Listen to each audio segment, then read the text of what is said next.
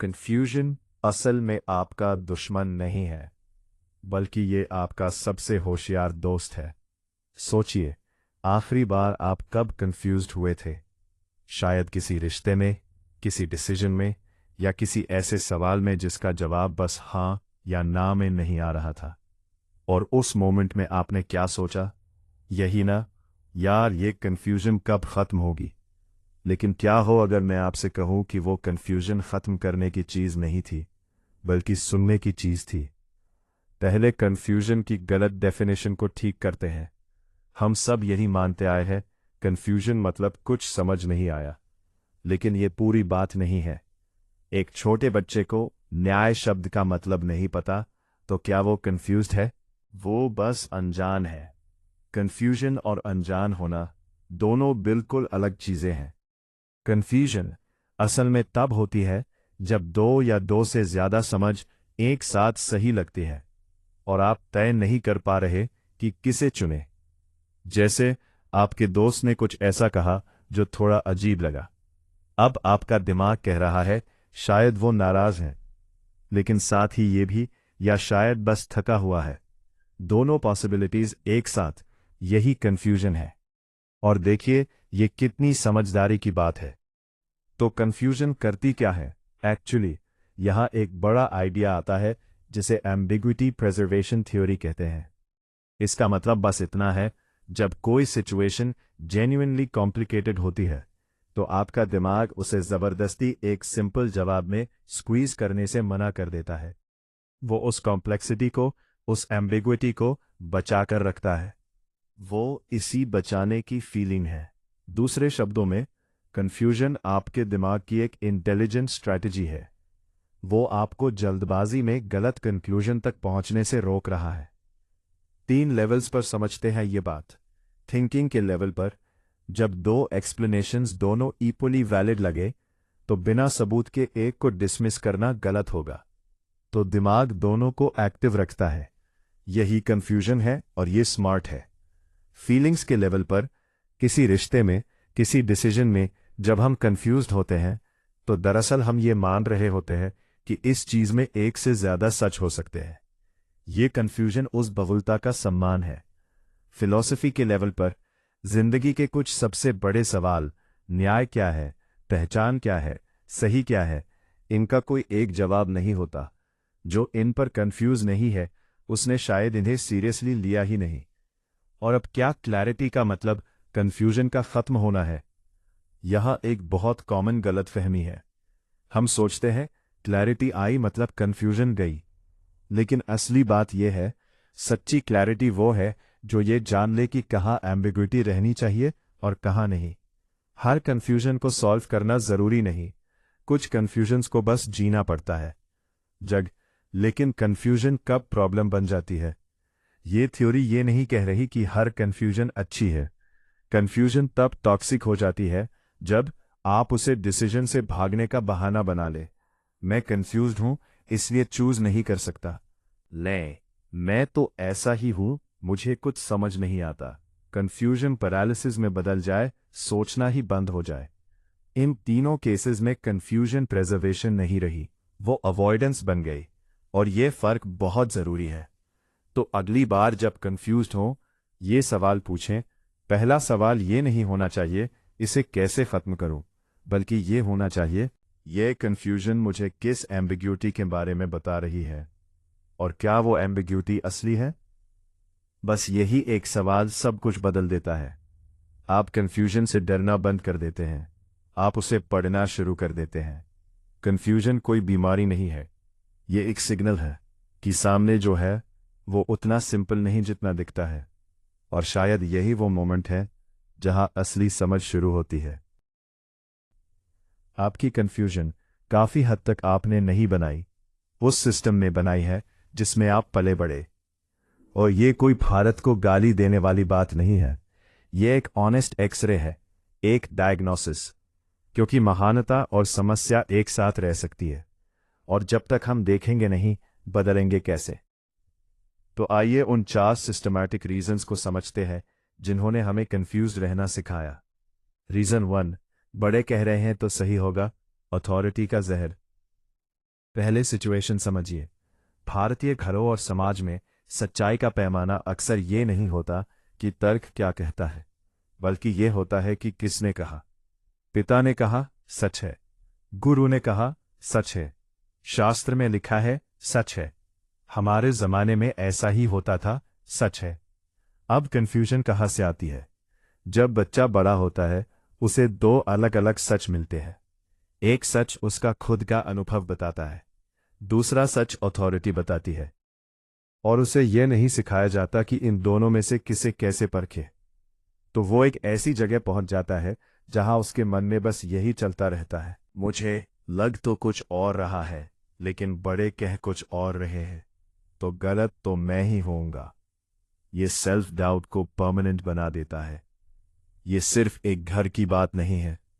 School में teacher को question मत करो, रिलीजन में ईश्वर की लीला समझ नहीं आएगी, पॉलिटिक्स में नेता जानता है, तुम क्या समझोगे। पूरा इकोसिस्टम मिलकर यही मैसेज देता है, और हम कभी ये नहीं सीख पाते कि अथॉरिटी एक सोर्स हो सकती है, लेकिन फाइनल ट्रूथ नहीं। रीजन 2, दोनों सही हैं, कॉन्ट्रडिक्शन को नॉर्मल मानने की आदत। यहां एक इंटरेस्टिंग ट्विस्ट है। भारत की फिलोसॉफिकल ट्रेडिशन में विरोधाभास को सहन करने की एक गजब की क्षमता है। नेति नेति, सत्य अनेक है, हर रास्ता भगवान तक जाता है। अपनी जगह पर यह सोच बेहद गहरी और सुंदर है, लेकिन इसका एक डार्क साइड भी है। जब इस फिलोसॉफिकल डेप्थ को बिना किसी फिल्टर के रोजमर्रा की जिंदगी में उतार दिया गया, तो ये एक एस्केप रूट बन गई। अब हर कॉन्ट्रडिक्शन को बस इतना कहकर टाल दिया जाता है, अरे भारत में सब चलता है, या ट्रूथ तो रिलेटिव है। जरा इन एग्जाम्पल्स पर गौर कीजिए। एक ही घर में दहेज लेना भी होता है, और बेटी तो लक्ष्मी होती है भी कहा जाता है। जाति को बुरा भी माना जाता है, और जाति देखकर रिश्ता भी तय होता है। पैसा सब कुछ नहीं भी कहते हैं, और बेटे को इंजीनियर डॉक्टर बनाने की जिद भी करते हैं। इन कॉन्ट्रडिक्शंस को कभी रिजॉल्व नहीं किया जाता, बस जिया जाता है। बच्चे पर इसका असर, जब बच्चा देखता है कि घर में कथनी और करनी अलग है, और कोई इसे प्रॉब्लम नहीं मानता, तो वो एक बहुत डेंजरस लेसन सीखता है। कॉन्ट्रडिक्शन नॉर्मल है, इसे समझने की कोशिश मत करो। इसे कहते हैं इंटेलेक्चुअल रेजिग्नेशन, और यह कंफ्यूजन का सबसे गहरा रूप है। इंटेलेक्चुअल रेजिग्नेशन, जुगाड़ मार लो, क्लैरिटी की जगह शॉर्टकट। जुगाड़ को हम सेलिब्रेट करते हैं। रिसोर्स कंस्ट्रेंट सिचुएशंस में जुगाड़ एक रियल स्किल है। इसमें जेन्युइन क्रिएटिविटी होती है, लेकिन इसका एक हिडन कॉस्ट है जो हम नहीं देखते। जुगाड़ कल्चर का एक सीक्रेट मैसेज यह भी है कि सिस्टम को समझने की जरूरत नहीं, बस उसके आसपास रास्ता निकाल लो। रूल क्यों है, यह सवाल मत पूछो। सिस्टम कैसे काम करता है, यह जानने की जरूरत नहीं। जो काम करे वही सही है। इससे कंफ्यूजन कैसे बनती है? एक स्टूडेंट एग्जाम में नकल करता है, पास हो जाता है, लेकिन सब्जेक्ट कभी नहीं समझता। एक नागरिक सरकारी काम के लिए दलाल ढूंढता है, काम हो जाता है, लेकिन सिस्टम कैसे चलता है ये कभी नहीं जानता। हर जुगाड़ एक क्लैरिटी को पोस्टपोन करता है, और जब जिंदगी भर क्लैरिटी पोस्टपोन होती रहे, तो कंफ्यूजन एक डिफॉल्ट स्टेट बन जाती है। एक ऐसी अवस्था जो इतनी फेमिलियर हो जाती है कि हमें एबनॉर्मल भी नहीं लगती। रीजन 4, लोग क्या कहेंगे। सबसे गहरी वाली कंफ्यूजन। ये सिर्फ सोशल प्रेशर नहीं है। लोग क्या कहेंगे को हम अक्सर बस एक सोशल प्रेशर की तरह देखते हैं, लेकिन इसका एक और इफेक्ट है जो बहुत डीपर है। ये हमें अपनी इंटरनल कंपस बनाने से रोकता है। कैसे? जब बचपन से ये सिखाया जाए कि अपनी खुशी से ज्यादा घर की इज्जत मैटर करती है, अपना डिसीजन नहीं समाज क्या सोचेगा ये मैटर करता है, और अपनी फीलिंग्स एक्सप्रेस करना सेल्फिश है, तो इंसान धीरे धीरे खुद से ही डिस्कनेक्ट हो जाता है। और तब शुरू होती है सबसे पर्सनल कंफ्यूजन। वो नहीं जानता मुझे क्या चाहिए, मेरी वैल्यूज क्या है, ये डिसीजन मेरे लिए सही है या सिर्फ दूसरों को अच्छा लगेगा। ये कंफ्यूजन सबसे खतरनाक है, क्योंकि ये आइडेंटिटी लेवल पर है। बाकी 3 कन्फ्यूजन्स बाहरी थी, ये कन्फ्यूजन अंदर से होती है। जब कोई ये नहीं जानता कि वो खुद क्या है, तो वो हर बाहरी आवाज़ पर निर्भर हो जाता है, और जब बाहरी आवाज़ें अलग अलग दिशाओं में खींचती है, ऊंचती हो पियो, तो वो परमानेंटली कंफ्यूज्ड रहता है और उसे यही नॉर्मल लगने लगता है। चारों कारण मिलकर एक चेन बनाते हैं। देखिए कैसे एक के बाद एक सब जुड़ा है। बड़े कह रहे हैं मेरा अपना अनुभव गलत हो सकता है, दोनों सही है। रिजॉल्व करने की जरूरत नहीं, जुगाड़ समझने की जरूरत नहीं, बस काम चलाओ। लोग क्या कहेंगे, मैं खुद क्या चाहता हूं, यह सवाल ही गलत है। सिस्टमैटिक कंफ्यूजन, ये कोई एक्सीडेंट नहीं है, ये एक पैटर्न है। तो अब क्या करें इस सबको जानकर? इन चारों कारणों को जानना इसलिए जरूरी नहीं कि हम भारत या अपने परिवार को दोष दें। ये इसलिए जरूरी है क्योंकि जो कंफ्यूजन सिस्टम मेड है, उसे पर्सनल फेलियर की तरह नहीं देखना चाहिए। अगर आप कंफ्यूज्ड हैं अपनी आइडेंटिटी को लेकर, अपने डिसीजंस को लेकर, अपनी वैल्यूज़ को लेकर, तो शायद ये आपकी कमज़ोरी नहीं है, शायद ये उस सिस्टम का असर है जिसमें आप पले बढ़े। और सबसे ज़रूरी बात, जो सिस्टम से आया है वो अवेयरनेस से बदला जा सकता है। पहला कदम सिर्फ इतना है, ये जानना कि ये कन्फ्यूजन आए कहाँ से, क्योंकि जब आप सोर्स को पहचान लेते हैं तो आप उससे खुद को अलग कर सकते हैं, और वहीं से शुरू होती है असली clarity. Information trap, YouTube videos देखने से क्लैरिटी क्यों नहीं आती? न्यूरोसाइंस के नज़रिए से भी रात के 11 बज रहे हैं, आप किसी बड़े डिसीजन को लेकर कंफ्यूज्ड हैं, करियर, रिलेशनशिप या बस जिंदगी की डायरेक्शन, तो आप करते हैं वही जो हम सब करते हैं, यूट्यूब खोलते हैं, एक वीडियो देखते हैं, फिर दूसरी, फिर तीसरी। How to find your purpose ये देखते हैं, how to find signs you're on the wrong path ये भी देखते हैं, stoicism will change your life ये भी। 2 घंटे बाद नोट्स भरे पड़े हैं, कोट सेव है और थंबनेल की तरह लग रहा है कि सब समझ आ गया, लेकिन अगले दिन सुबह उठते हैं, वही कन्फ्यूजन, वही ढूंढ, वही खालीपन। ये क्यों होता है? और सबसे ज़रूरी बात, यह आपकी कमज़ोरी नहीं है, इसका जवाब आपके ब्रेन की बायोलॉजी में है। आइए समझते हैं। पी पार्ट 1, इंफॉर्मेशन और अंडरस्टैंडिंग, ये 2 बिल्कुल अलग चीज़ें हैं। पहले एक बड़ा मिथ तोड़ते हैं। हम सब एक इक्वेशन में बिलीव करते हैं, जितना ज़्यादा जानूंगा उतना ज़्यादा समझूंगा, उतनी ज़्यादा क्लैरिटी आएगी। ये इक्वेशन सुनने में सही लगती है, लेकिन ये गलत है।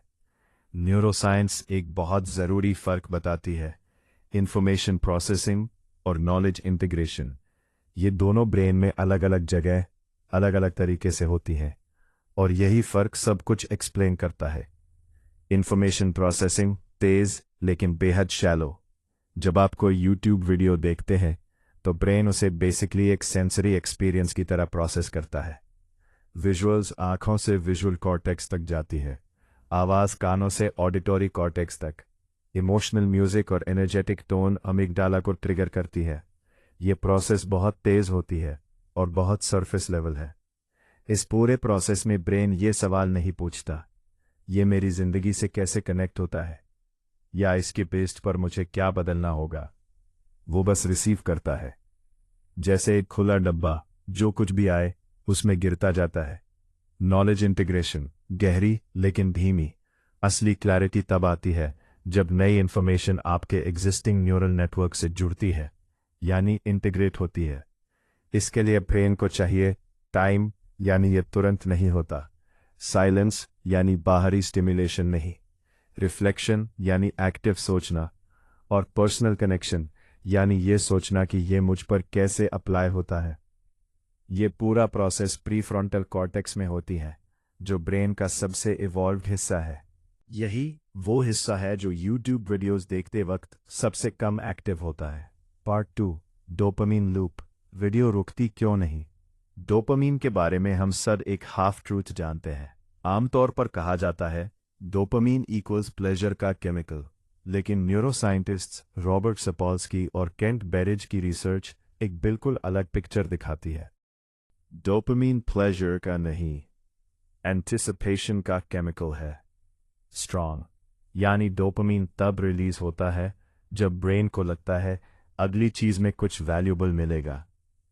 ये अराइवल की फीलिंग नहीं बल्कि सर्च की फीलिंग है। यूट्यूब ने इसे परफेक्टली एक्सप्लॉइट किया है। हर वीडियो के अंत में अगली वीडियो का थंबनेल दिखता है। टाइटल ऐसा होता है जो एक और एंटिसिपेशन क्रिएट करे, और ब्रेन हर बार सोचता है शायद अगली वीडियो में वो मिलेगा जो मुझे चाहिए। डोपामीन रिलीज होता है, आप क्लिक करते हैं, देन बोन, लेकिन ये डोपामीन सर्च का है, अराइवल का नहीं। आप जितनी वीडियोस देखते हैं उतना ज्यादा सर्च होती है, उतना कम अराइव होते हैं। यही इंफॉर्मेशन ट्रैप है।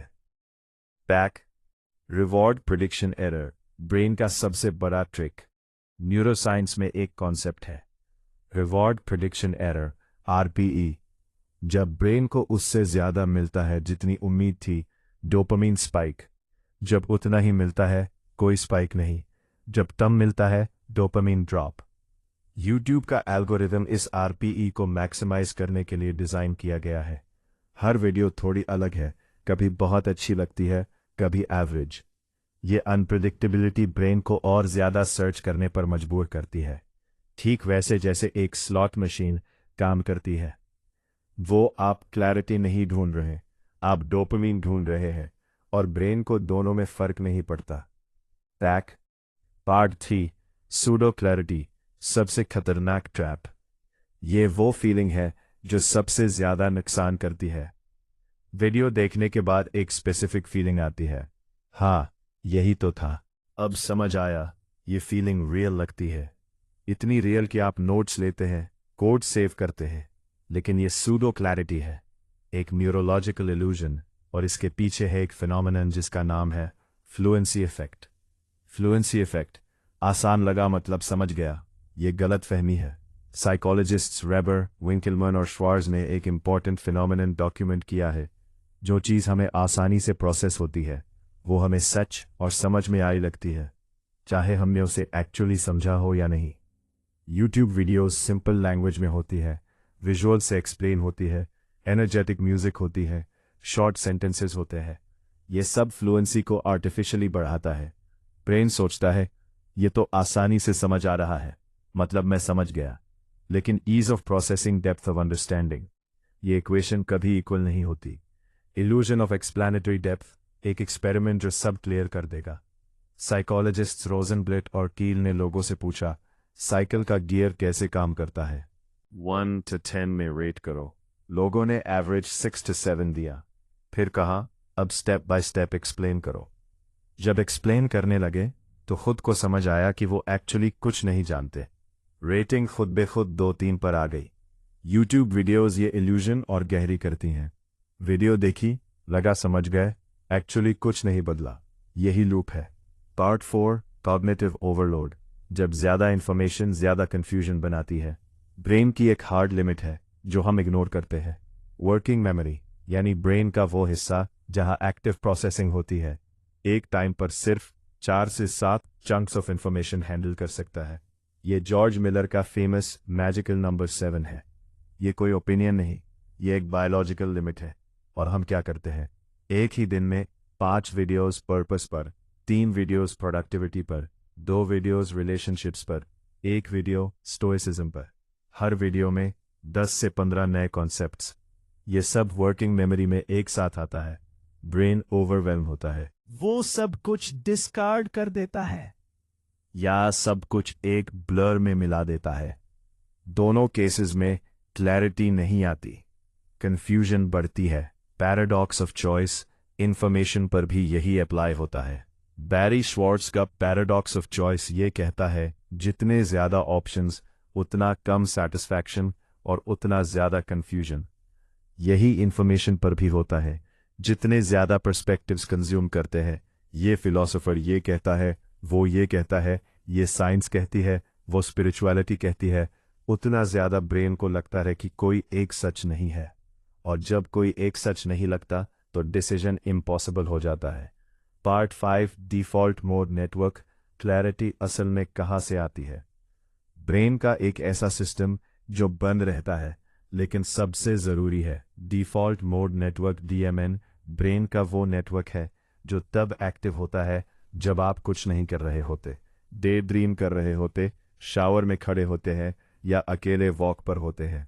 ये नेटवर्क रिस्पॉन्सिबल है सेल्फ रिफ्लेक्शन के लिए, फ्यूचर प्लानिंग के लिए, पास्ट एक्सपीरियंसेस को प्रेजेंट से जोड़ने के लिए और आइडेंटिटी फॉर्मेशन के लिए। यानी वो सब काम जो एक्चुअली क्लैरिटी लाते हैं। लेकिन यूट्यूब इसे ऑफ कर देता है जब भी आप कोई एक्सटर्नल स्टिमुलेशन कंज्यूम करते हैं, चाहे वीडियो हो, स्क्रॉल हो, पॉडकास्ट हो, डीएमएन शट डाउन हो जाता है, ब्रेन टास्क मोड में चला जाता है। और जब तक एक्सटर्नल इनपुट आता रहे, डीएमएन को काम करने का मौका ही नहीं मिलता। मार्कस ऑरेलियस, न्यूटन, आइंस्टाइन, इनको क्लैरिटी कैसे आती थी? मार्कस ऑरेलियस रोज सुबह जर्नल लिखते थे। न्यूटन के सबसे बड़े इंसाइट्स अकेले वॉक्स पर आते थे। आइंस्टाइन के ब्रेक थ्रूज वेकिंग ड्रीम्स में आते थे। ये कोइंसिडेंस नहीं था, ये डीएमएन का काम था। क्लैरिटी आउटसाइड से नहीं आती, वो अंदर से आती है, और उसके लिए स्पेस चाहिए, साइलेंस चाहिए, जो यूट्यूब कभी नहीं देता। पार्ट 6। तो क्लैरिटी आती कैसे है? ब्रेन रिसर्च क्या कहती है? अच्छी बात यह है कि इसका जवाब कॉम्प्लिकेटेड नहीं है। बस इन 4 चीज़ों को समझ लीजिए। पहला, स्पेस्ड रेपिटेशन प्लस रिफ्लेक्शन। एक कॉन्सेप्ट सुनो, फिर 24 घंटे बाद उसके बारे में बिना किसी वीडियो के खुद सोचो। ये हिप्पोकैम्पस को इंफॉर्मेशन को लॉन्ग टर्म मेमोरी में ट्रांसफर करने का मौका देता है। दूसरा, राइटिंग। जब आप लिखते हैं, प्रीफ्रंटल कॉर्टेक्स, लैंग्वेज एरियाज और मोटर कॉर्टेक्स एक साथ एक्टिव होते हैं। ये ब्रेन को फोर्स करता है कि वो वेग फीलिंग्स को कॉन्क्रीट थॉट्स में ट्रांसलेट करे। एक सिंपल रूल याद रखिए, जो लिख नहीं सकते वो समझे नहीं है। तीसरा, बोर्डम को अलाउ करना। न्यूरोसाइंटिस्ट मेरी हेलेन इमॉर्डिनो यांग की रिसर्च कहती है कि बोर्डम के दौरान डीएमएन सबसे ज्यादा एक्टिव होता है, और डीएमएन ही वो जगह है जहां आप खुद को समझते हैं। बोर्डम से भागना असल में खुद से भागना है। चौथा, एक क्वेश्चन एक सोर्स। एक टाइम पर एक ही सवाल, एक ही अच्छा सोर्स, वाइड नहीं, डीप जाओ। अंत में सबसे जरूरी बात, यूट्यूब बुरा नहीं है, इंफॉर्मेशन बुरी नहीं है, लेकिन इंफॉर्मेशन को क्लैरिटी का सब्स्टिट्यूट समझना ये ट्रैप है। न्यूरोसाइंस बिल्कुल साफ कहती है, ब्रेन बाहर से क्लैरिटी नहीं लेता, वो अंदर से बनाता है, और बनाने के लिए उसे रॉ मटेरियल नहीं, स्पेस चाहिए। तो अगली बार जब आप कंफ्यूज्ड हो और यूट्यूब खोलने का मन करे, एक काम करिए, वो वीडियो बंद करिए, एक कागज उठाइए और लिखिए, मैं एक्चुअली किससे कंफ्यूज्ड हूं। वो एक सवाल 10 वीडियो से ज्यादा क्लैरिटी देगा, क्योंकि वो सवाल आपको बाहर नहीं, अंदर ले जाएगा, और क्लैरिटी वही रहती है। फोबो, वो डर जिसका नाम आपने कभी नहीं लिया, लेकिन जिसे आप रोज जीते हैं। एक जरा सोचिए, रेस्टोरेंट में मेन्यू खुला है, 10 मिनट हो गए, फिर भी ऑर्डर नहीं हुआ। एक जॉब ऑफर है, अच्छी है, लेकिन मन में बस एक ही ख्याल है, शायद कोई और बेटर आए।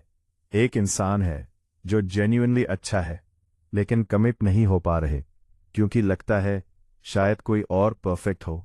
अगर ये सब फेमिलियर लग रहा है, तो रुकिए, ये आपकी कमजोरी नहीं है, ये इनडिसाइसिवनेस नहीं है, ये कोई कैरेक्टर फ्लॉ नहीं है, ये फोबो है, और ये एक बहुत रियल, बहुत डॉक्यूमेंटेड साइकोलॉजिकल कंडीशन है, जो चुपचाप आपकी पूरी जिंदगी को पॉज पर रख देती है। पहले समझते हैं फोबो है क्या। FOBO is fear of better options. ये टर्म पैट्रिक मैगिनिस ने 2004 में दिया, वही मैगिनिस जिन्होंने फोमो यानी फियर ऑफ मिसिंग आउट भी कॉइन किया था। लेकिन फोमो और फोबो में एक बड़ा फर्क है जो समझना जरूरी है। फोमो आपको बाहर की तरफ खींचता है, कहीं और कुछ हो रहा है, मुझे वहां होना चाहिए। इससे आप इम्पल्सिव डिसीजंस लेते हैं और ओवर कमिट करते हैं। फोबो आपको अंदर ही रोकता है, यहां से बेटर कुछ है, इससे आप कोई डिसीजन ही नहीं लेते और पैरालिसिस में रहते हैं। फोमो आपको बहुत जगह ले जाता है, फोबो आपको कहीं नहीं जाने देता, और इसीलिए फोबो ज्यादा खतरनाक है।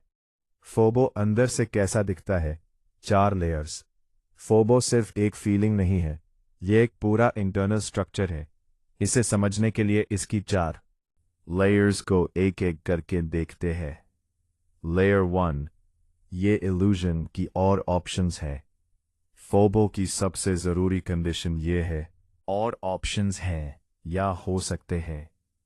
ये बिलीफ चाहे सच हो या ना हो, फोबो को जिंदा रखती है।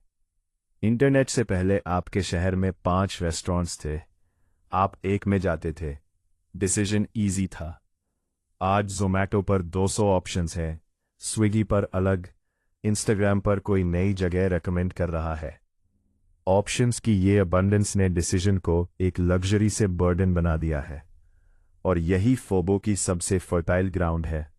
जितने ज़्यादा ऑप्शंस, उतना ज़्यादा ये डर कि बेहतर कुछ छूट ना जाए। Layer 2, the optimisation trap.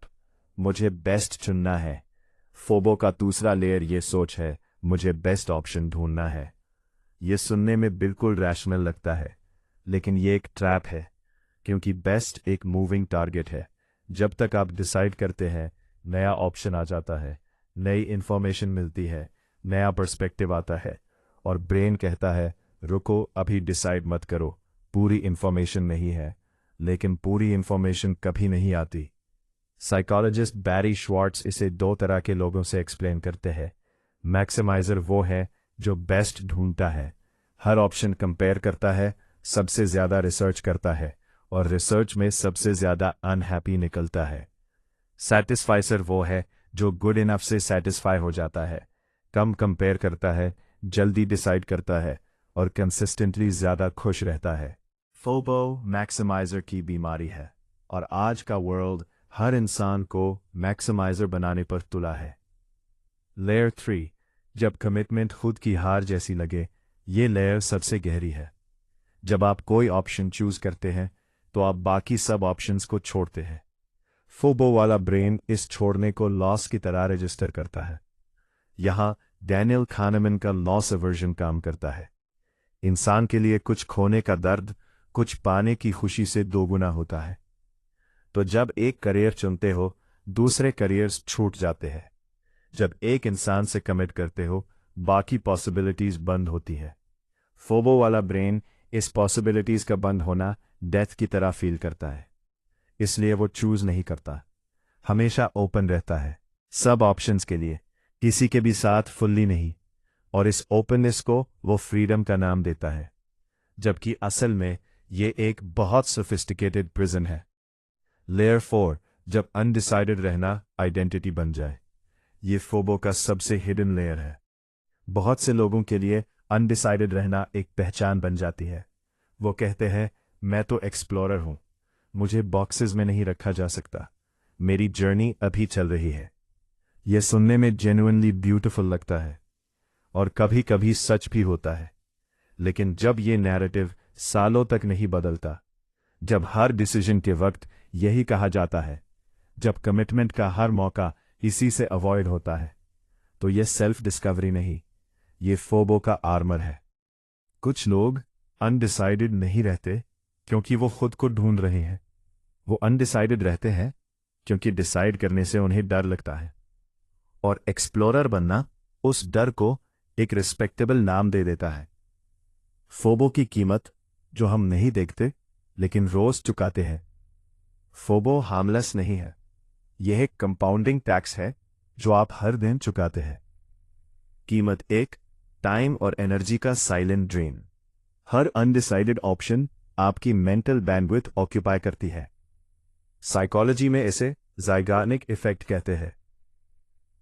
अधूरे टास्क्स और अनरिजॉल्व डिसीजंस ब्रेन में एक ओपन लूप बनाते हैं, और ब्रेन उन्हें बैकग्राउंड में लगातार प्रोसेस करता रहता है। 10 ओपन डिसीजंस मतलब 10 कंटिन्यूअस बैकग्राउंड प्रोसेसेस। आपका ब्रेन हर वक्त उन्हीं को साइलेंटली प्रोसेस कर रहा है, इसीलिए थकान होती है बिना कुछ किए, इसीलिए फोकस नहीं होता, इसीलिए रात को नींद नहीं आती। आप डिसाइड नहीं कर रहे, लेकिन ब्रेन कर रहा है, बार बार, हर दिन। कीमत 2, रिलेशनशिप्स की स्लो और पेनफुल डेथ। फोबो सिर्फ करियर या चॉइसेस में नहीं होता, वो रिलेशनशिप्स में सबसे ज्यादा दूसरे इंसान को हर्ट करता है। जब कोई आपसे कमिट करने को कहता है और आप कहते हैं अभी नहीं, देखते हैं, टाइम चाहिए। वो इंसान ये नहीं सुनता, मुझे टाइम चाहिए। वो ये सुनता है, तुम इनफ नहीं हो, मैं अभी बेटर ऑप्शंस देख रहा हूं, तुम्हारी वैल्यू मेरे लिए अनडिसाइडेड है। फोबो एक इंसान का डर है, लेकिन उसकी कीमत दूसरा इंसान चुकाता है। कीमत 3, सेल्फ रिस्पेक्ट का धीरे धीरे इरोजन। ये सबसे सटल और सबसे डेवस्टेटिंग कॉस्ट है। हर बार जब आप डिसाइड नहीं करते, जब आप देखते हैं, कहते हैं, जब आप एक और ऑप्शन सर्च करते हैं, आपका ब्रेन एक नोट करता है, और वो नोट ये है, मैं डिसाइड करने में केपेबल नहीं हूं। ये एक बार नहीं होता, ये हर बार होता है, महीनों में, सालों में, और धीरे धीरे एक बिलीफ बन जाती है, मुझे खुद पर ट्रस्ट नहीं है। और जब खुद पर ट्रस्ट नहीं होता, तो और ज्यादा एक्सटर्नल वैलिडेशन ढूंढते हैं, और ज्यादा ऑप्शंस कंपेयर करते हैं, और ज्यादा यूट्यूब वीडियोस देखते हैं। फोबो खुद को फीड करता है। ये एक सेल्फ रीइंफोर्सिंग लूप है। फोबो और इंडियन कॉन्टेक्स्ट एक टॉक्सिक कॉम्बिनेशन है। पहले हमने देखा कि इंडिया ने हमें सिस्टमैटिकली कंफ्यूज्ड रहना सिखाया। फोबो उस कंफ्यूजन का नेचुरल आउटकम है। जब बचपन से ये सुनाया जाए, गलती मत करो, लोग क्या सोचेंगे, एक बार डिसाइड किया तो वापस नहीं, देखो पड़ोसी का बेटा क्या कर रहा है, तो ब्रेन एक इक्वेशन सीख लेता है, decision equals risk potential shame. और इससे बचने का सबसे सेफ तरीका, डिसीजन ही मत लो। फोबो यहां सिर्फ पर्सनल साइकोलॉजी नहीं रहता, ये एक कल्चरली ट्रेन्ड रिस्पॉन्स बन जाता है। हम डिसाइड करने से इसलिए डरते हैं क्योंकि हमें सिखाया गया है कि गलत डिसीजन एक मॉरल फेलियर है। जब डिसीजन को कैरेक्टर से जोड़ दिया जाए, तो इनडिसीजन सबसे सेफ आइडेंटिटी बन जाती है। फोबो का सबसे बड़ा पैराडॉक्स और सबसे ट्रैजिक सच है। यहां वो बात है जो फोबो को ट्रूली ट्रैजिक बनाती है। फोबो जिस चीज से बचाना चाहता है, वो उसी को गारंटी करता है। फोबो का डर है गलत ऑप्शन चूज हो जाए, लेकिन फोबो का रिजल्ट है कोई ऑप्शन चूज नहीं होता।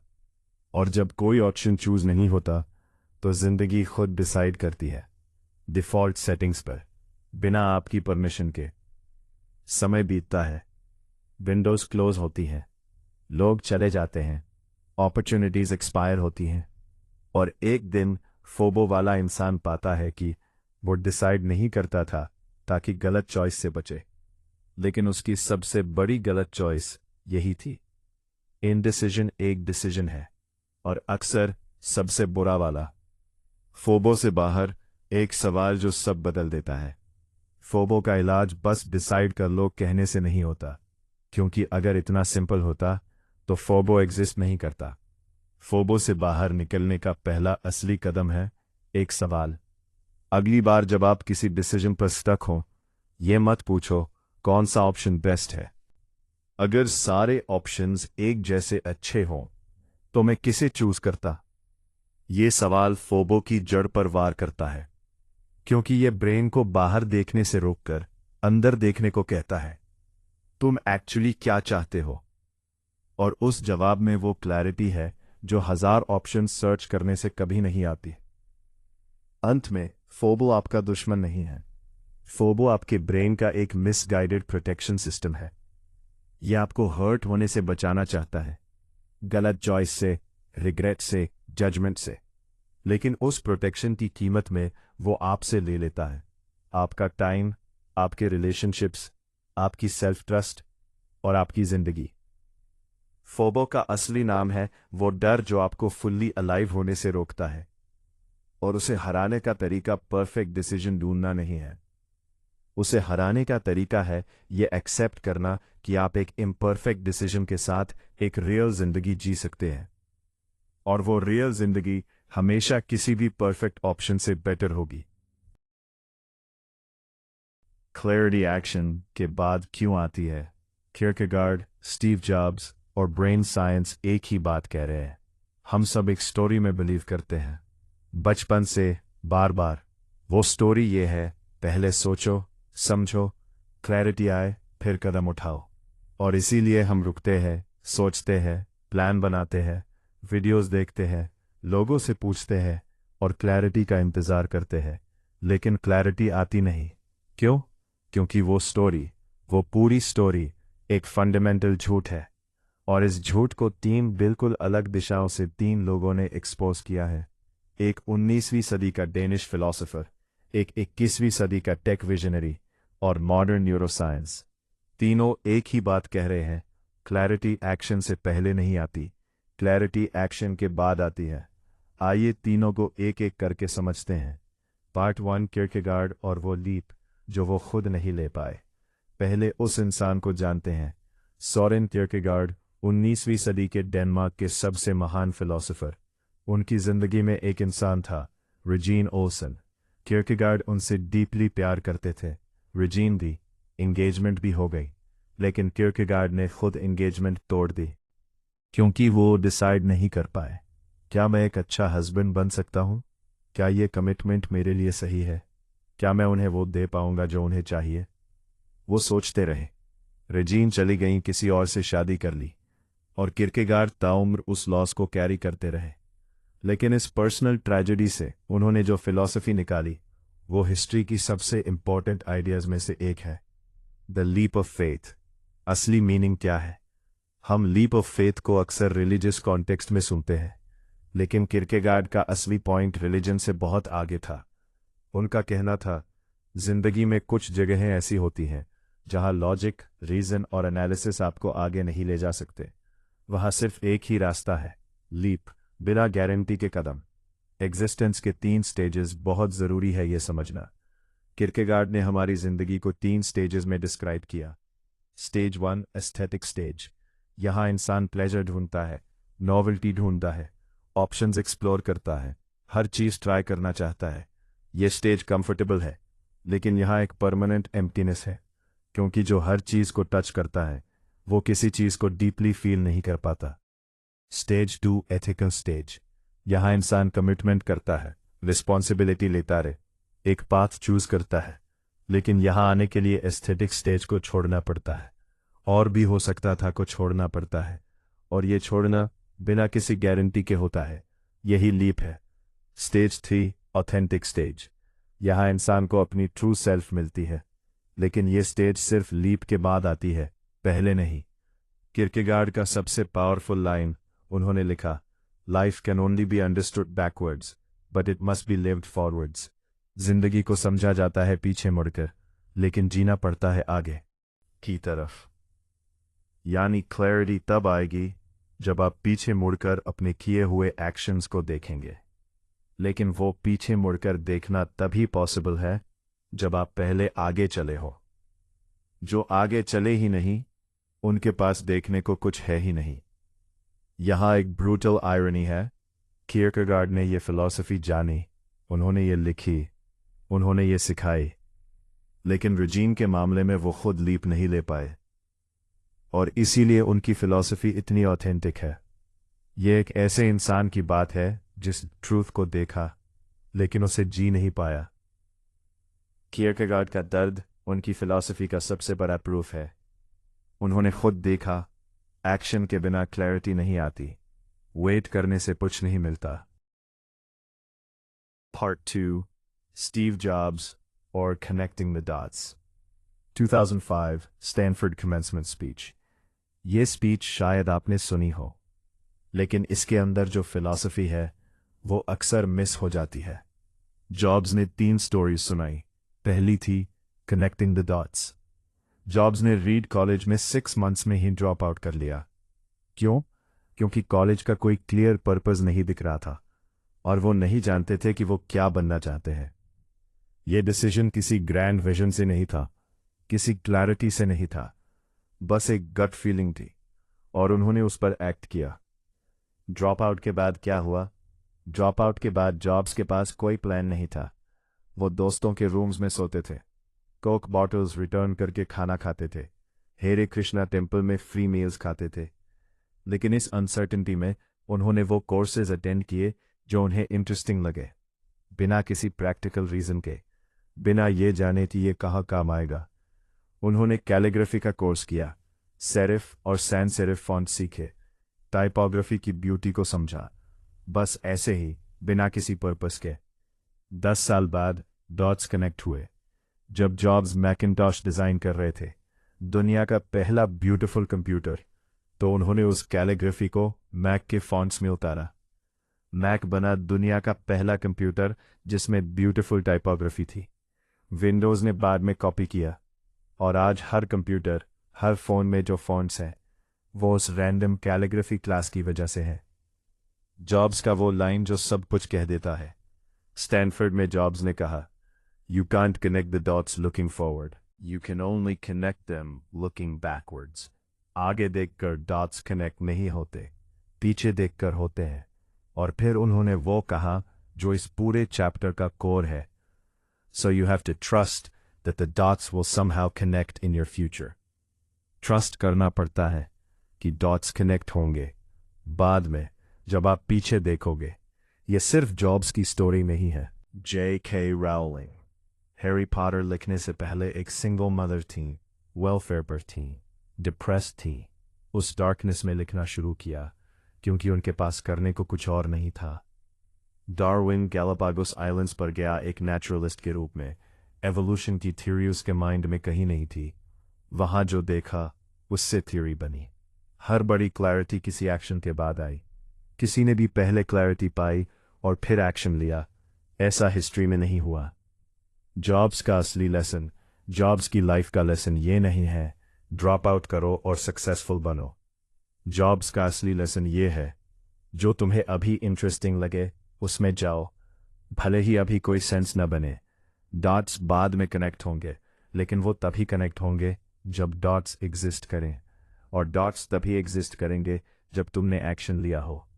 एक भी एक्शन एक नया डॉट बनाता है, और हर नया डॉट एक नई पॉसिबिलिटी खोलता है जो पहले इनविजिबल थी। पार्ट 3, ब्रेन साइंस, क्लैरिटी का न्यूरोसाइंस। अब तक हमने फिलॉसफी सुनी, अब साइंस की बारी है। और साइंस किरकेगार्ड और जॉब्स की बात को बायोलॉजिकली प्रूव करती है। ब्रेन पहले सोचता है फिर एक्ट करता है। ये सच नहीं है। ट्रेडिशनल न्यूरोसाइंस मानती थी ब्रेन पहले सोचता है फिर बॉडी एक्ट करती है, थिंक डिसाइड एक्ट। लेकिन मॉडर्न रिसर्च ने ये सीक्वेंस तोड़ दिया। न्यूरोसाइंटिस्ट एंटोनियो डेमासियो का सोमैटिक मार्कर हाइपोथेसिस कहता है बॉडी का एक्सपीरियंस और फिजिकल एक्शन ब्रेन की हायर थिंकिंग को एक्टिवली शेप करते हैं।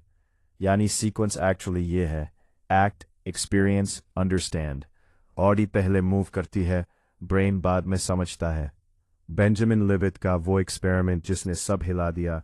1983 में लिबिट ने सब्जेक्ट्स को कहा, जब मन करे अपनी रिस्ट मूव करो और नोट करो कि कब डिसीजन किया। ईईजी से ब्रेन एक्टिविटी मॉनिटर की।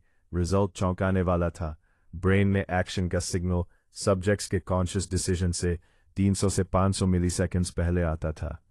यानी ब्रेन पहले मूव करने का डिसीजन करता है, कॉन्शियस माइंड को बाद में पता चलता है। हम सोचते हैं हम डिसाइड करके एक्ट करते हैं।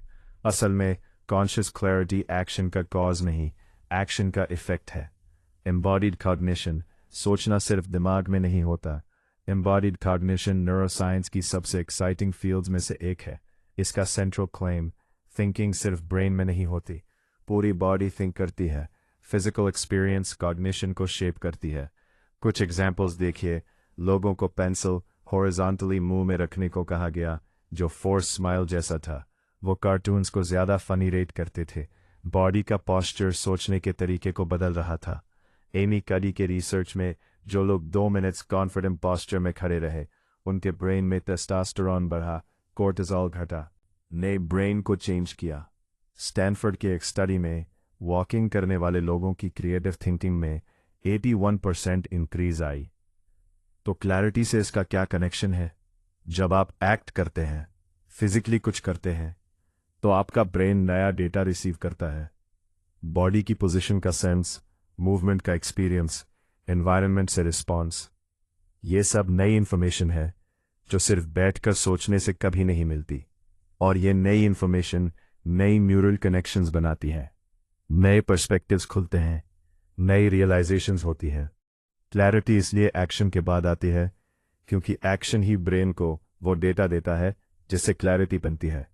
बिना एक्शन के ब्रेन के पास सोचने को कुछ रियल नहीं होता। न्यूरोप्लास्टिसिटी, क्लैरिटी लिटरली बनती है। न्यूरोप्लास्टिसिटी ब्रेन की एबिलिटी है खुद को फिजिकली चेंज करने की। Hebb's law, neurons that fire together wire together. जब आप कोई नया एक्शन करते हैं, नए न्यूरो पाथवेज बनते हैं। पहली बार ऑकवर्ड लगता है, दूसरी बार थोड़ा कम, धीरे धीरे वो पैथ स्ट्रांग होता जाता है। यही क्लैरिटी का मैकेनिज्म है। जब आप एक डायरेक्शन में पहला कदम उठाते हैं, ब्रेन में एक नया पैथवे बनता है। दूसरा कदम वो पैथवे थोड़ा और क्लियर होता है। तीसरा कदम और ज्यादा। क्लैरिटी एक डेस्टिनेशन नहीं है, क्लैरिटी एक पैथवे है जो बनती है चलने से पहले एग्जिस्ट नहीं करती। पार्ट 4, तीनों मिलकर एक कंप्लीट पिक्चर। देखिए कैसे किरकेगार्ड, जॉब्स और ब्रेन साइंस एक ही ट्रूथ के 3 फेसेस हैं। किरकेगार्ड कहते हैं जिंदगी आगे जीनी पड़ती है, लीप लेना पड़ता है, क्लैरिटी बाद में आती है जब पीछे देखोगे। ये एग्जिस्टेंशियल ट्रूथ है। जॉब्स कहते हैं डॉट्स फॉरवर्ड कनेक्ट नहीं होते, बैकवर्ड होते हैं। एक्शन लो, डॉट्स बनाओ, ट्रस्ट करो। ये एक्सपीरियंशियल ट्रूथ है। ब्रेन साइंस कहती है ब्रेन रियल वर्ल्ड फीडबैक से अपडेट होता है, एक्शन ही वो फीडबैक देता है। क्लैरिटी एक्शन का न्यूरोलॉजिकल आउटपुट है, ये बायोलॉजिकल ट्रूथ है। और तीनों मिलकर एक लूप बनाते हैं। Action, real world feedback, new neural pathways, new perspective, dots created, dots connect looking backward, clarity, more informed, next action. Part 5, लेकिन कौन सा एक्शन लें? यहाँ एक बिल्कुल वैलिड सवाल है। ठीक है, एक्शन लेना है, लेकिन कौन सा? अगर डायरेक्शन ही नहीं पता तो एक्शन कैसे ले? इसका जवाब है मिनिमम वायबल एक्शन। एंटरप्रेन्योरशिप में एक कॉन्सेप्ट है, मिनिमम वायबल प्रोडक्ट यानी MVP। एक ऐसा प्रोडक्ट जो स्मॉलेस्ट पॉसिबल फॉर्म में हो, लेकिन इनफ हो कि रियल फीडबैक मिले।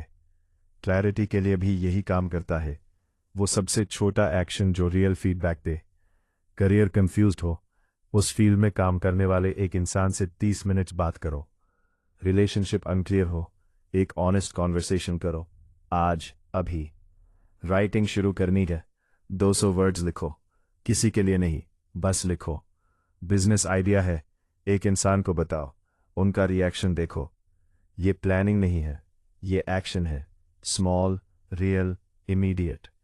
द 2 मिनट रूल, एक simple brain hack. James Clear की एटॉमिक हैबिट्स में एक रूल है, अगर कोई एक्शन 2 मिनट्स में स्टार्ट हो सकता है तो अभी करो। ये इसलिए काम करता है क्योंकि ब्रेन का इनर्शिया सबसे ज्यादा स्टार्टिंग पॉइंट पर होता है। एक बार एक्शन शुरू हो जाए, Newton's first law, object in motion stage in motion, पहला कदम सबसे हैवी होता है। अंत में वो लेटर जो किरकेगार्ड ने खुद को लिखा होता, अगर किरकेगार्ड आज होते और अपनी यंगर सेल्फ को लेटर लिखते तो शायद कुछ ऐसा होता। सोरेन, तुम रेजीन से प्यार करते हो, ये तुम जानते हो। तुम सोचते रहोगे, क्या मैं वर्दी हूं? क्या ये सही है? क्या मैं उन्हें खुश रख पाऊंगा? और तुम्हें कोई आंसर नहीं मिलेगा, क्योंकि ये आंसर सोचने से नहीं आते, जीने से आते हैं। कमिट करो, ट्राई करो, फेल करो अगर जरूरी हो, लेकिन लीप लो, क्योंकि जो तुम फिलॉसफी में दूसरों को सिखाओगे वो तुम्हें खुद भी पता है। जिंदगी को पीछे देखकर समझा जाता है, लेकिन जीना पड़ता है आगे की तरफ। तुम्हारा वो सोरेन जो रेजीन के साथ था। फाइनल ट्रूथ, 3 अलग सेंचुरीज, 3 अलग माइंड्स, एक ही कंक्लूजन। क्लैरिटी एक प्री कंडीशन नहीं है, क्लैरिटी एक रिवॉर्ड है जो एक्शन के बाद मिलती है। आप जिस क्लैरिटी का इंतजार कर रहे हैं वो नहीं आएगी जब तक आप वो कदम नहीं उठाते जिसके लिए क्लैरिटी चाहिए। ये पैराडॉक्स नहीं है, ये जिंदगी का सबसे फंडामेंटल लॉ है। किरकेगार्ड ने इसे फील किया, जॉब्स ने इसे लिव किया, ब्रेन साइंस ने इसे प्रूव किया। अब बस एक काम बाकी है, आपको इसे करना है। 4 मेंटल ट्रैप्स जो कंफ्यूजन को जिंदा रखते हैं। ये भाग ध्यान से सुनिए, क्योंकि इनमें से कम एक आप अभी भी जी रहे हैं। Trap 1, analysis paralysis. थोड़ा और सोच लूं। ये जाल सबसे कॉमन है और सबसे रिस्पेक्टेबल भी, क्योंकि ये इंटेलिजेंट लगता है। मैं जल्दबाजी नहीं करता, मैं सोच समझकर डिसाइड करता हूं। लेकिन सोचने की भी एक सीमा होती है। उसके बाद का सोचना प्रोक्रास्टिनेशन का इंटेलेक्चुअल डिस्गाइज है। एक शोध में पाया गया कि कॉम्प्लेक्स डिसीजंस में जो लोग कम सोचते हैं वे अक्सर ज्यादा सेटिस्फाइड होते हैं, क्योंकि ब्रेन हर नई इंफॉर्मेशन के साथ नई डाउट्स भी बनाता है।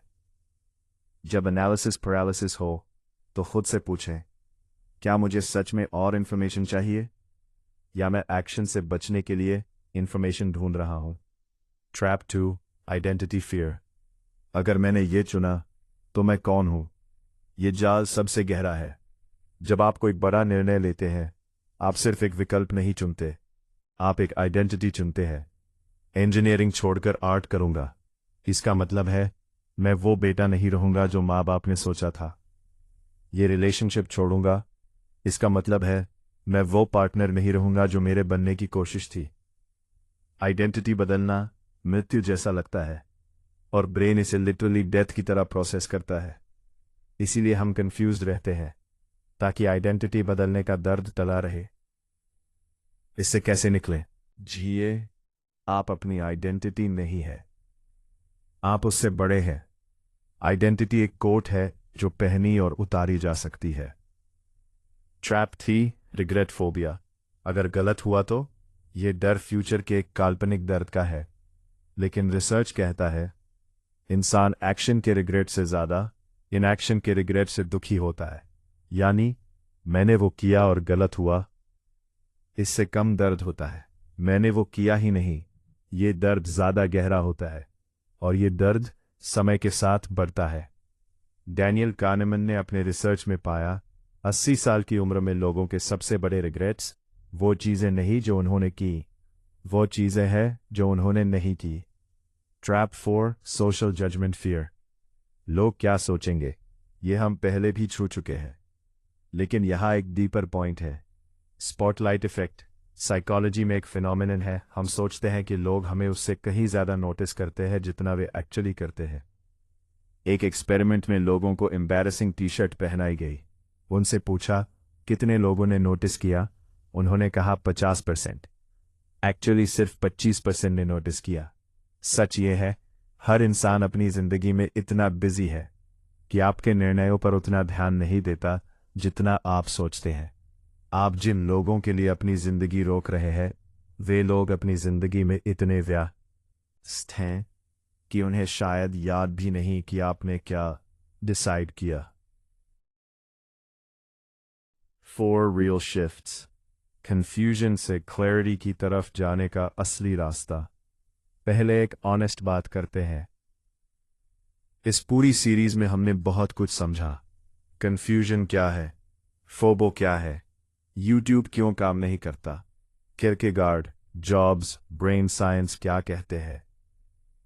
ये सब जरूरी था, इम्पोर्टेंट था, लेकिन अभी एक खतरा है, और वो खतरा ये है कि आप इस पूरी सीरीज को भी एक और इंटरेस्टिंग कंटेंट की तरह कंज्यूम करके आगे बढ़ जाएं। नोट्स ले लिए, कोड्स सेव कर लिए, वाओ बहुत अच्छा था, और वापस वही कंफ्यूजन। ये इस पूरी सीरीज की सबसे बड़ी आयरनी होगी। इसीलिए ये चैप्टर सिर्फ आइडियाज नहीं है, ये चैप्टर शिफ्ट्स के बारे में है। शिफ्ट और एडवाइस में क्या फर्क है, ये समझना जरूरी है। एडवाइस कहती है ये करो, शिफ्ट कहती है ये बनो। एडवाइस एक सिंगल एक्शन है, शिफ्ट एक स्ट्रक्चरल चेंज है। आपके सोचने के तरीके में, आपके रिएक्ट करने के पैटर्न में, आपके एग्जिस्ट करने के आर्किटेक्चर में। और ब्रेन का डिफ़ॉल्ट मोड नेटवर्क हमेशा फेमिलियर पैटर्न्स पर वापस जाता है। ये एवोल्यूशन का डिज़ाइन है, एफिशिएंसी के लिए। नई एडवाइस पुराने पैटर्न को ओवरराइड नहीं करती, इसके लिए चाहिए स्ट्रक्चरल रीवायरिंग। नया पैटर्न बार बार, जब तक वो डिफ़ॉल्ट ना बन जाए। यही शिफ्ट है। तो आइए 4 ऐसे शिफ्ट्स को समझते हैं जो कंफ्यूजन को एक बार के लिए एड्रेस नहीं करते, बल्कि कंफ्यूजन के पैदा होने के मैकेनिज्म को ही बदल देते हैं। शिफ्ट 1, इंफॉर्मेशन कंज्यूमर से मीनिंग मेकर बनना। अभी आप क्या हैं? आप एक इंफॉर्मेशन कंज्यूमर हैं, और ये कोई इंसल्ट नहीं, हम सब हैं। इसका मतलब ये है कि कोई आइडिया आता है, आप उसे रिसीव करते हैं। कोई पर्सपेक्टिव आता है, आप उसे स्टोर करते हैं। कोई इंसाइट आती है, आप उसे सेव करते हैं। ये पूरी प्रोसेस पैसिव है, और पैसिव कंजम्पशन कन्फ्यूजन को फीड करती है, क्योंकि जितना ज़्यादा रिसीव करते हो, उतने ज़्यादा कंपीटिंग आइडियाज़, उतने ज़्यादा पर्सपेक्टिव्स, उतनी ज़्यादा कन्फ्यूजन। मीनिंग मेकर कौन होता है? मीनिंग मेकर वो है जो इंफॉर्मेशन को रिसीव नहीं करता, उसे प्रोसेस करता है, उससे लड़ता है, उसे अपनी जिंदगी पर अप्लाई करता है, और अपना खुद का मीनिंग निकालता है। ये एक्टिव है, और यही वो शिफ्ट है जो सब कुछ बदल देती है। दोनों में कॉन्क्रीट फर्क देखिए। इंफॉर्मेशन कंज्यूमर कोई आइडिया सुनता है, इंटरेस्टिंग है, सेव नोट, अगला आइडिया ढूंढो, और अगला। ये लूप कभी खत्म नहीं होता। मीनिंग मेकर कोई आइडिया सुनता है, ये मेरी जिंदगी में कहाँ है, मैं इससे अग्री करता हूं या नहीं, और क्यों, इसके बेस्ड पर मुझे क्या बदलना है। एक छोटा एक्शन, ये लूप एक्चुअली कहीं पहुंचता है। P.P. The Feynman Technique, सबसे powerful tool. Nobel prize winning physicist Richard Feynman का एक रूल था, अगर तुम किसी आइडिया को एक बच्चे को सिंपली एक्सप्लेन नहीं कर सकते, तो तुमने उसे एक्चुअली समझा नहीं। ये रूल अप्लाई करो हर उस आइडिया पर जो तुम्हें क्लैरिटी देने का क्लेम करती है। Practical exercise, the 3 questions. अगली बार कोई भी कंटेंट कंज्यूम करो, वीडियो, आर्टिकल, बुक, पॉडकास्ट, तुरंत बाद 3 सवाल पूछो खुद से। सवाल 1, इस आइडिया को मैं अपने किसी स्पेसिफिक सिचुएशन पर कैसे अप्लाई करूंगा? जेनरिक नहीं, स्पेसिफिक, आपकी जिंदगी, आपकी सिचुएशन। सवाल 2, इस आइडिया से मैं एक्चुअली डिसएग्री कहाँ करता हूं? यह सवाल बहुत इंपॉर्टेंट है, क्योंकि जब आप डिसएग्री करते हो, तब आप एक्चुअली सोच रहे हो, कंज्यूम नहीं कर रहे। सवाल 3, इसे पढ़कर सुनकर मुझे अगले 24 घंटों में एक काम करना है, वो क्या है? अगर तीसरे सवाल का जवाब नहीं आता, तो वो कंटेंट आपके लिए था ही नहीं, या अभी नहीं था, और आगे बढ़ जाओ। राइटिंग, मीनिंग मेकिंग का अल्टीमेट फॉर्म। लिखो, बस लिखो, लेकिन ये नोट्स लेना नहीं है। राइटिंग एक थिंकिंग टूल है। जब आप लिखते हैं, आपका ब्रेन उन वेग फीलिंग्स को, जो अंदर फॉग की तरह है, कॉन्क्रीट लैंग्वेज में ट्रांसलेट करता है, और जो लैंग्वेज में आ जाए, वो सडनली एड्रेसेबल हो जाता है। आप जो सोच नहीं सकते, वो लिख नहीं सकते, और जो लिख नहीं सकते, वो एक्चुअली सोचा ही नहीं। राइटिंग थिंकिंग नहीं है, राइटिंग ही थिंकिंग है। प्रैक्टिकली शिफ्ट ये है, अभी रोज 2 घंटे कंटेंट कंज्यूम, 0 घंटे प्रोसेस। शिफ्ट के बाद रोज 30 minutes consume, 30 minutes process. Writing, reflection, application. Input कम, आउटपुट ज्यादा। कंफ्यूजन कम, क्लैरिटी ज्यादा। शिफ्ट 2, सर्टेनिटी सीकर से एक्सपेरिमेंट रनर बनना। सर्टेनिटी सीकर की ट्रेजेडी। सर्टेनिटी सीकर वो है जो एक्शन तभी लेता है जब उसे 100% श्योर हो कि रिजल्ट पॉजिटिव होगा। यह इंसान हमेशा ढूंढता है, गारंटी क्या है, प्रूफ क्या है, किसने किया और क्या हुआ, और जब गारंटी नहीं मिलती, एक्शन नहीं होता। इसके पीछे एक कोर बिलीफ है जो इतनी डीपली एम्बेडेड है कि बिलीफ भी नहीं लगती, कॉमन सेंस लगती है। अगर मुझे पहले से पता हो कि यह काम करेगा, तभी मैं ट्राई करूंगा। लेकिन यह लॉजिकली सेल्फ डिफीटिंग है।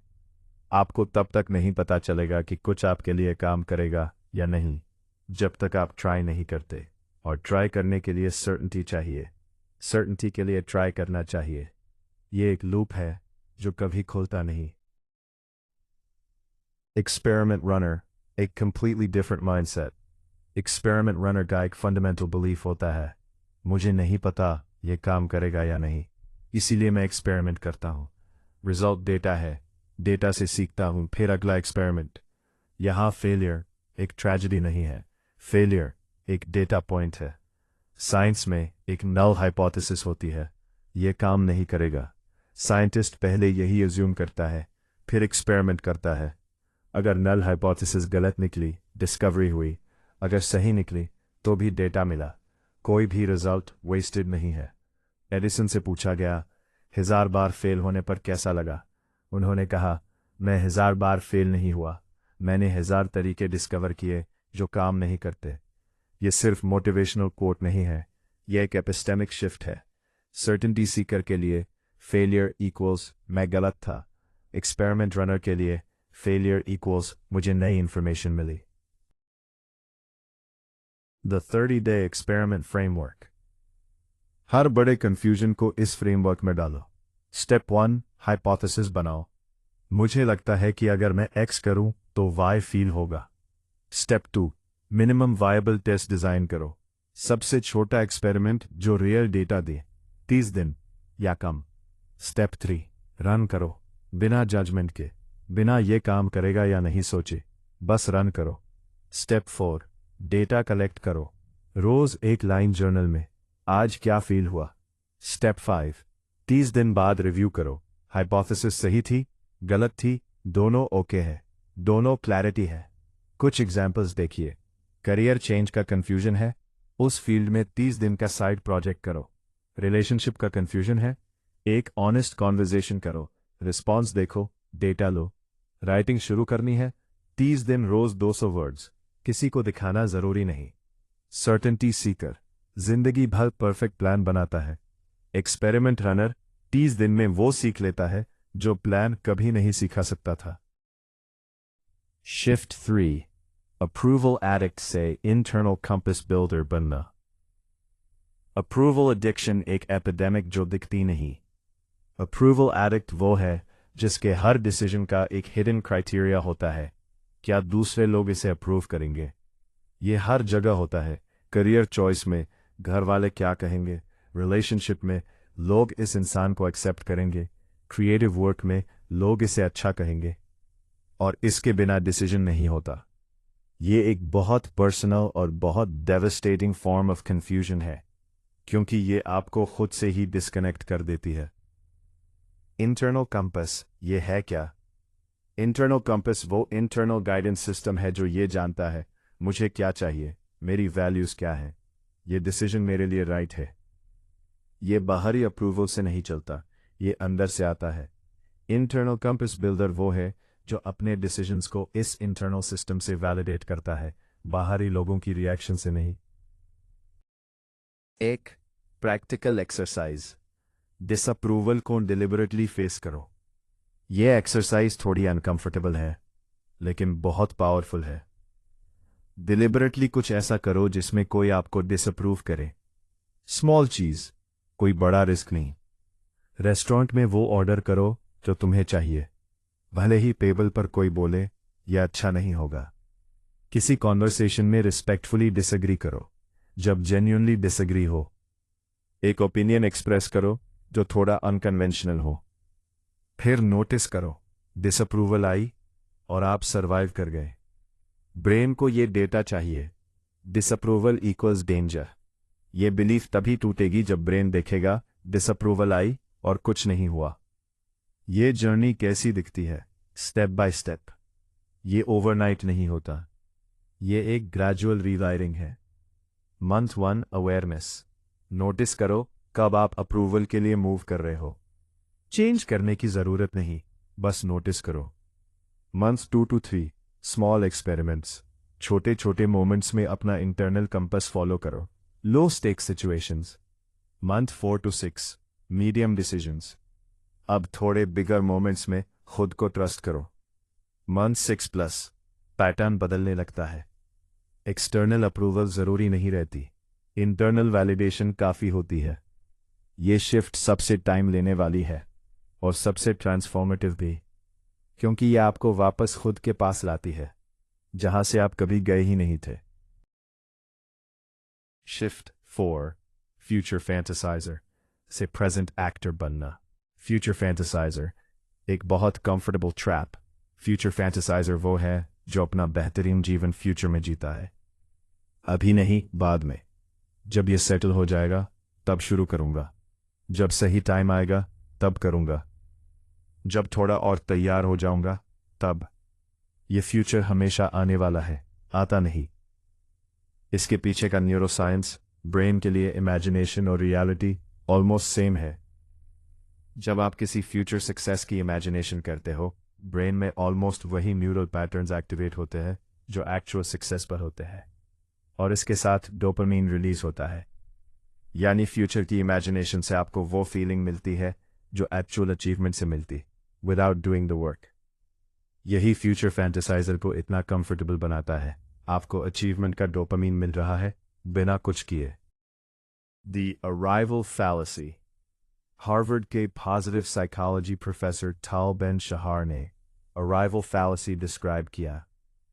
ये बिलीफ कि एक सर्टेन गोल अचीव होने पर परमानेंट हैप्पीनेस मिलेगी। हम सोचते हैं जब वो जॉब मिलेगी तब, जब वो रिलेशनशिप होगी तब, जब वो घर होगा तब। लेकिन जब वो चीज़ मिलती है कुछ हफ्तों बाद वापस वही खालीपन। क्योंकि हैप्पीनेस अराइवल पर नहीं है, हैप्पीनेस जर्नी पर है, प्रोसेस पर है, प्रेजेंट मोमेंट पर है। और फ्यूचर फैंटेसाइजर ये प्रेजेंट मोमेंट मिस करता रहता है। Present actor differently alive.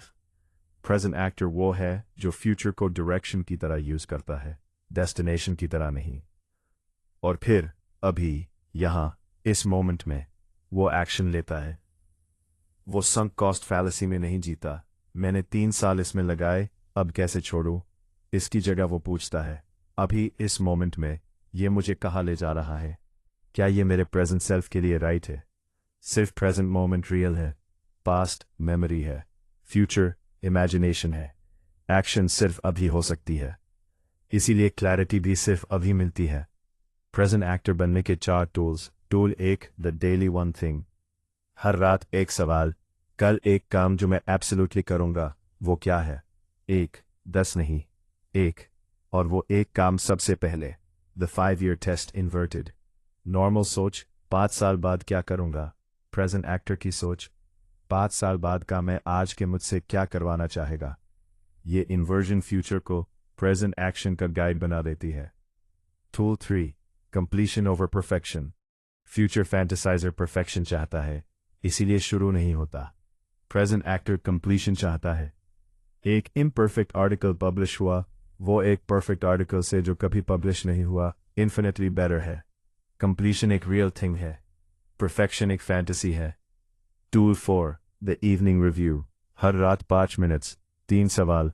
आज मैंने क्या किया जो एक्चुअली मेरे डायरेक्शन में था। आज मैंने क्या अवॉइड किया जो मुझे करना था, और क्यों। चारों शिफ्ट्स एक साथ, द न्यू आर्किटेक्चर। ये चारों शिफ्ट्स अलग अलग नहीं है, ये एक न्यू ऑपरेटिंग सिस्टम है। पुराना सिस्टम जो परमानेंट कंफ्यूजन बनाता था, information consumer, certainty seeker, approval addict, future fantasiser, एक ऐसा लूप जो कभी खुलता नहीं। नया सिस्टम जो प्रोग्रेसिव क्लैरिटी बनाता है, meaning maker, experiment runner, internal compass builder, present actor, एक ऐसा लूप जो हर इटरेशन पर ज्यादा क्लियर होता है। और ये चारों मिलकर कैसे काम करते हैं। मीनिंग मेकर इंफॉर्मेशन को प्रोसेस करता है, अपना पर्सपेक्टिव बनाता है। एक्सपेरिमेंट रनर उस पर्सपेक्टिव को रियल वर्ल्ड में टेस्ट करता है। इंटरनल कंपास बिल्डर टेस्ट के रिजल्ट्स को खुद से वैलिडेट करता है, बाहरी अप्रूवल के बिना। प्रेजेंट एक्टर ये सब अभी करता है, बाद के लिए नहीं। ये एक सेल्फ रीइंफोर्सिंग लूप है, लेकिन इस बार सही डायरेक्शन में।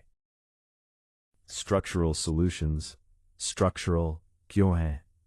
इस चैप्टर का नाम है स्ट्रक्चरल सॉल्यूशंस, और ये वर्ड इंपॉर्टेंट है। स्ट्रक्चर का मतलब है ये एक बार का एफर्ट नहीं, ये एक सिस्टम है। जैसे अच्छा खाना खाना एक बार के सैलड से नहीं होता, ये एक डाइटरी स्ट्रक्चर से होता है। जैसे फिट रहना एक बार के जिम सेशन से नहीं होता, ये एक एक्सरसाइज स्ट्रक्चर से होता है। क्लैरिटी भी एक बार की इंसाइट से नहीं आती, ये एक थिंकिंग स्ट्रक्चर से आती है। और वो स्ट्रक्चर ये है, रोज कुछ प्रोसेस करो, मीनिंग मेकर। हर कंफ्यूजन को एक एक्सपेरिमेंट में बदलो, एक्सपेरिमेंट रनर। रोज एक बार खुद से पूछो, इंटरनल कंपास बिल्डर। एक एक्शन अभी, present actor. The final shift, जो सबसे इंपॉर्टेंट है, इन चारों शिफ्ट्स के नीचे एक और फंडामेंटल शिफ्ट है। वो शिफ्ट है कंफ्यूजन को एक प्रॉब्लम की तरह देखना बंद करना, और उसे देखना एक सिग्नल की तरह, एक इनविटेशन की तरह, एक डोरवे की तरह, जो कह रही है यहाँ कुछ है, जो रियल है, जो इम्पॉर्टेंट है, जो तुम्हारा अटेंशन डिजर्व करता है, सरफेस पर नहीं, डेप्थ में। अंत में, वो इंसान जो आप बन रहे हैं। इस पूरी सीरीज में हमने कंफ्यूजन को डायग्नोज किया, उसके रूट्स देखे, उसके ट्रैप्स देखे, उसकी फिलॉसफी देखी, और अब इसे स्ट्रक्चरली एड्रेस किया। लेकिन अल्टीमेटली ये सब थ्योरी है जब तक आप उस इंसान को नहीं बनते जो ये लिव करे। वो इंसान जो इंफॉर्मेशन रिसीव नहीं करता, अपना मीनिंग बनाता है, जो सर्टेनिटी नहीं ढूंढता, एक्सपेरिमेंट्स करता है, जो अप्रूवल नहीं मांगता, खुद को ट्रस्ट करता है, जो फ्यूचर में नहीं रहता, अभी जीता है। वो इंसान कंफ्यूज नहीं है, वो कंफ्यूज मोमेंट्स को नेविगेट करना जानता है। क्लैरिटी एक स्टेट नहीं है, क्लैरिटी एक प्रैक्टिस है, जो हर दिन एक छोटे एक्शन से थोड़ी और गहरी होती है, और वो प्रैक्टिस आज से शुरू होती है। Uncomfortable truth. Confusion partly self-chosen है।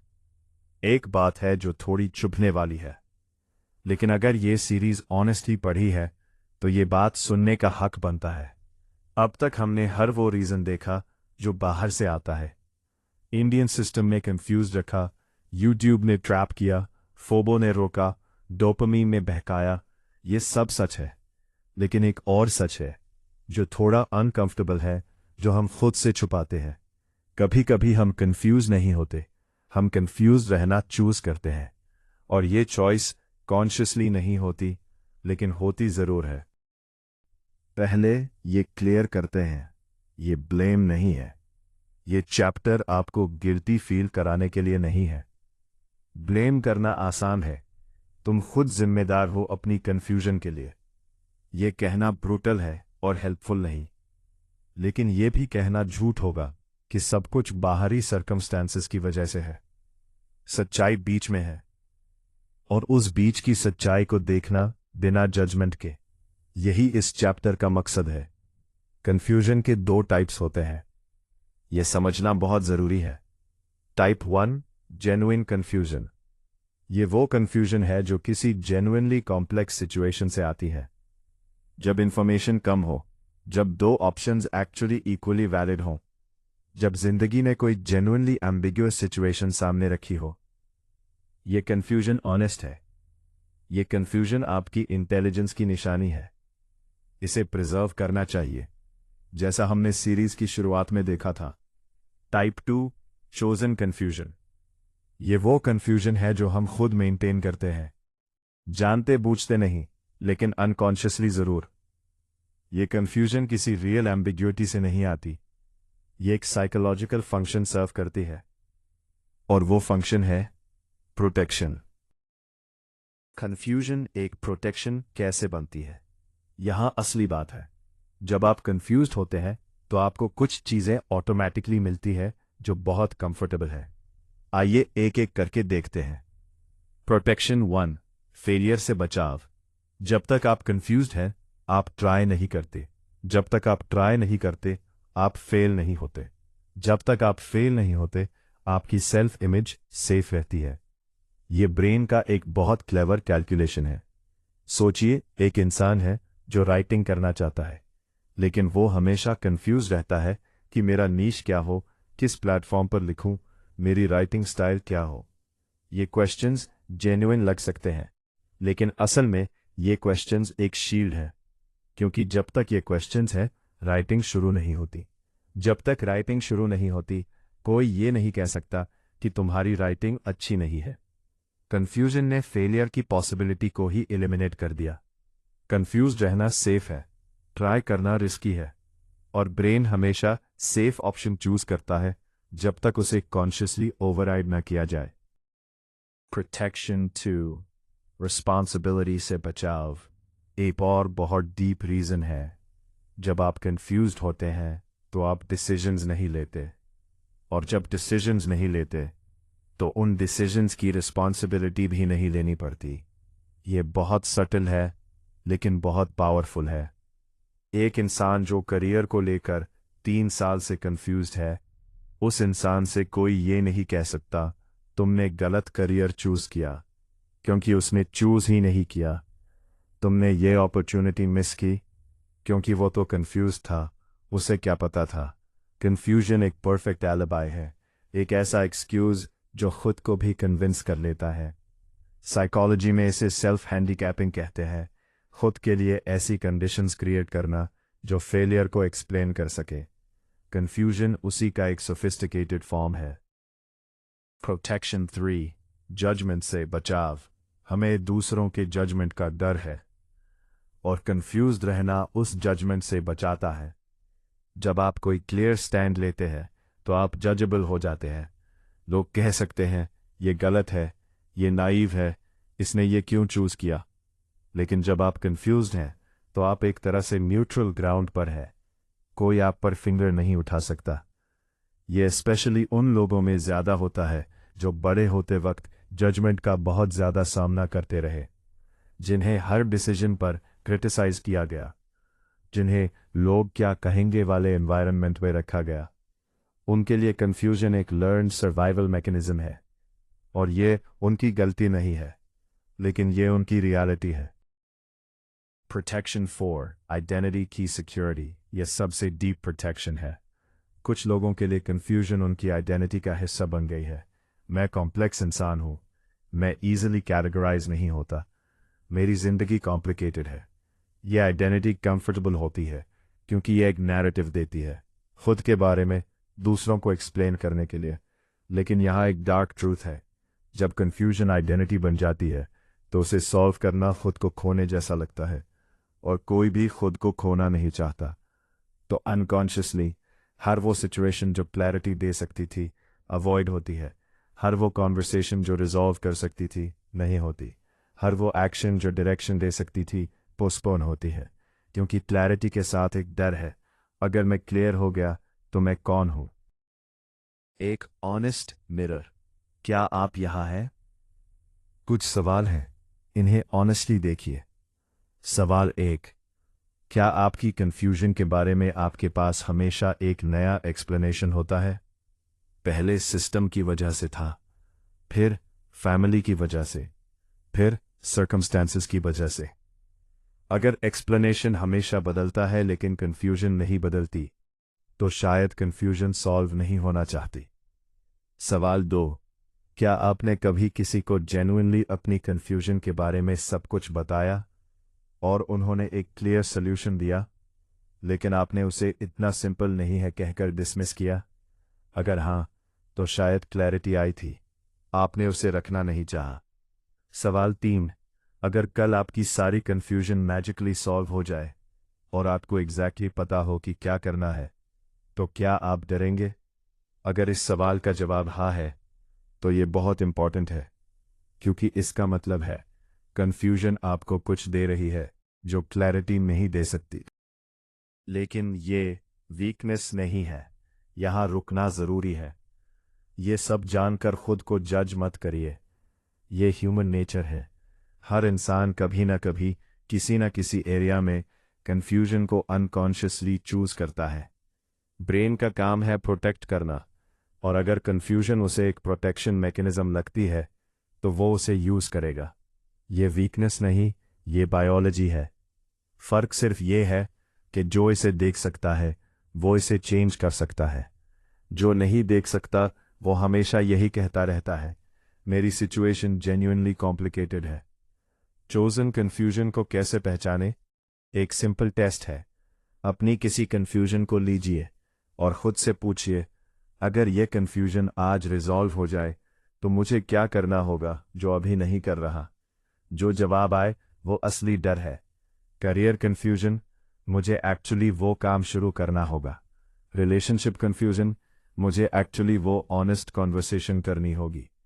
लाइफ डायरेक्शन कंफ्यूजन, मुझे एक्चुअली एक चॉइस लेनी होगी और उसकी जिम्मेदारी उठानी होगी। जिस चीज से डर है, कंफ्यूजन उसी से बचा रही है, और ये पहचान ही सबसे बड़ा ब्रेक थ्रू है। तो अब क्या? ये जानकर कि कंफ्यूजन पार्टली सेल्फ चोजन है, दो रिएक्शंस हो सकते हैं। Reaction 1, shame. मैं कितना वीक हूँ, मैं खुद ही अपना दुश्मन हूँ। ये रिएक्शन हेल्पफुल नहीं है, ये एक और ट्रैप है। Reaction 2, empowerment. अगर मैंने ये चूज किया तो मैं कुछ और भी चूज कर सकता हूँ। ये रिएक्शन वो है जो एक्चुअली काम करती है, क्योंकि जब आप ये एक्सेप्ट करते हैं कि कंफ्यूजन में आपकी भी एजेंसी है, तो आप विक्टिम नहीं रहते, आप एक एक्टिव पार्टिसिपेंट बन जाते हैं अपनी जिंदगी के। अंत में सबसे इंपॉर्टेंट बात, ये पूरी सीरीज एक बात के बारे में है, क्लैरिटी। और क्लैरिटी का सबसे बड़ा एनिमी बाहर नहीं है, वो सिस्टम नहीं है, वो यूट्यूब नहीं है, वो सोसाइटी नहीं है। सबसे बड़ा एनिमी एक छोटी सी आवाज़ है जो हर बार कहती है अभी नहीं, बाद में, जब सब क्लियर होगा। और वो आवाज़ आपकी है, लेकिन आप ही उसे चेंज भी कर सकते हैं। कन्फ्यूजन को चूज करने की पावर अगर आपके पास है, तो क्लैरिटी को चूज करने की पावर भी आपके पास है। ये अनकंफर्टेबल ट्रूथ का सबसे कंफर्टेबल एंडिंग है। अब चूज करना आप पर है। ये था आज का डीप एनालिसिस। सोचना बंद मत करिए, यही हमारा और आपका काम है। मिलते हैं अगले एपिसोड में और गहरे। धन्यवाद।